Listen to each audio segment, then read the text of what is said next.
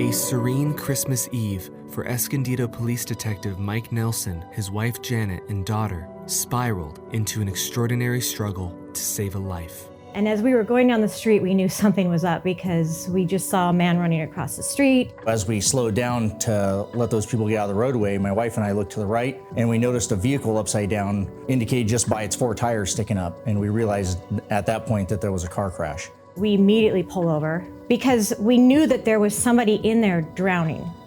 The car was partially submerged in water in a drainage culvert. A bystander was already trying to free the trapped driver. And he was trying to cut the seatbelt with a rock. I always carry a pocket knife, so I figured, well, this is a good opportunity to use it. And as soon as Mike gets in there, he just whips out his knife and just cuts that seatbelt. And from that point, I could see the bottom of the seat because it's upside down and about 6 inches of air gap. I grabbed his belt and pulled it towards me, and then I pushed away from me, and it actually dislodged his feet. Once I got him out the door, I was trying to negotiate my way through the water back to the embankment where I had gone into the water. He was like a rag doll, and so I knew that this was not looking good. I told him to start chest compressions. Started chest compressions, and with a new process with CPR, as fast as you can go, 100 a minute. He was doing very effective chest compressions. In less than 1 minute, the man began to respond. Eventually, all of a sudden, we hear this cough, and it was beautiful because we just didn't really think that was going to happen.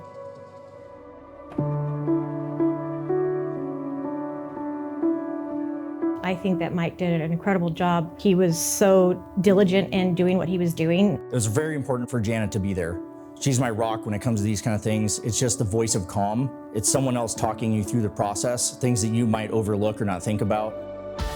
Mike and Janet's quick response and life-saving expertise under these extreme conditions truly makes them real heroes.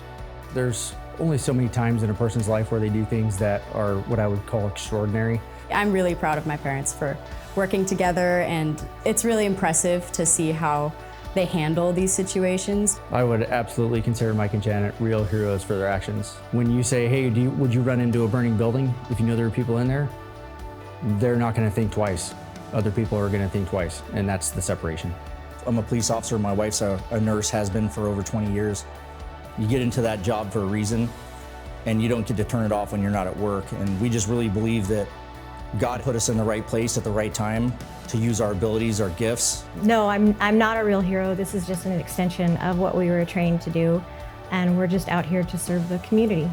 God has miracles in store for everybody, and maybe that's that person's miracle. And we just had the opportunity to do the work to give him the chance. It's really cool to be able to call them my parents.